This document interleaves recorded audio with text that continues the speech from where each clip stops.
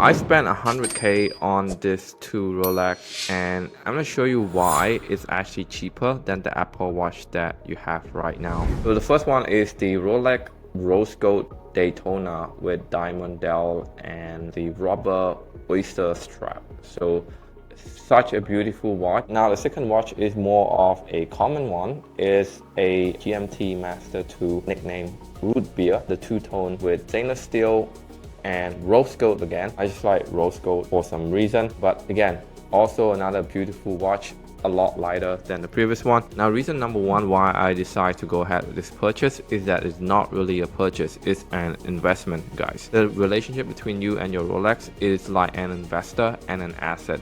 This thing is actually gonna grow over time and you can actually use it in your business. Obviously the first use case is telling time, and the second use case is obviously content creator. It actually works really well hands on hand in content creation and production, right? To show value and how you actually like live your life, right? Now the difference between that and an Apple Watch, which I still do use and I still do wear every day, is that the relationship between Apple Watch and you is more of a consumer and a product. Okay, when you buy Apple Watch, you are the consumer of Apple products. So it's a very different relationship, and this is really a purchase. I don't expect anything back from this watch aside from looking at my heart rate, the time and the weather. And if you stick until the end of this video, I will show you how much each of this costs and how it's actually add up to 100K AUD. Now the second reason of this purchase is liquidity and longevity. In my opinion, it's really cheaper than an Apple Watch because Rolex can actually last for 100 years plus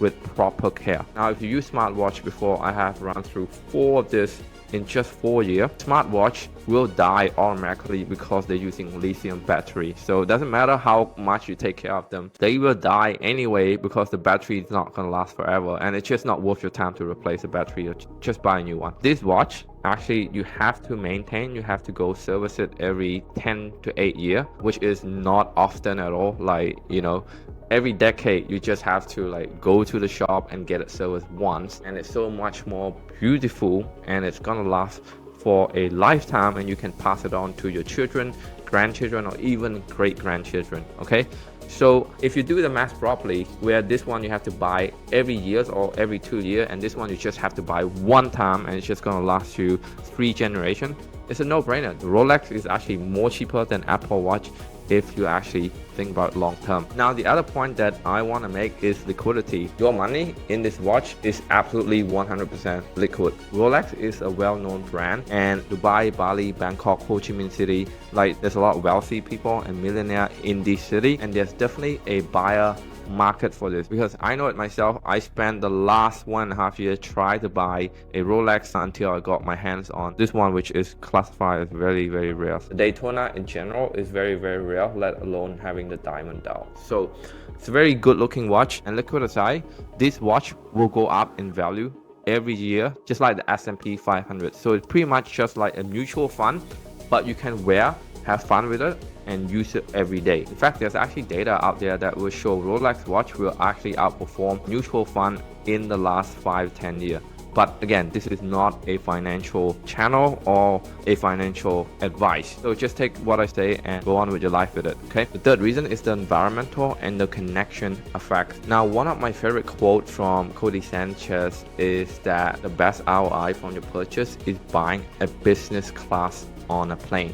Right, the reason for that is that by sitting over there, you have the opportunity to network with other people who are actually making money. I can definitely feel that myself while wearing Rolex out and about. For example, I met this one guy in Koh Samui, and he's wearing a 200K Rolex watch, and all I have to do is just compliment him on his watch, and then the conversation really just starts from there. People will know if you own a Rolex by just the way you speak. And surprisingly, at that time, I didn't even wear my Rolex. So that allows you to network in an environment everywhere you go just by looking at people's wrists, right? It's a really, really good conversation starter. Now, if you're still watching this video till the end, congratulations. Let me know what your thought is in the comment. Now, the first watch is the Daytona, and I purchased it at Bangkok, Thailand from a second-hand dealer. It's 1,300,000 Thai baht, approximately around there. It's around $65,000 AUD at the time of purchase. So we're gonna put protection film around it and get it verified by a third party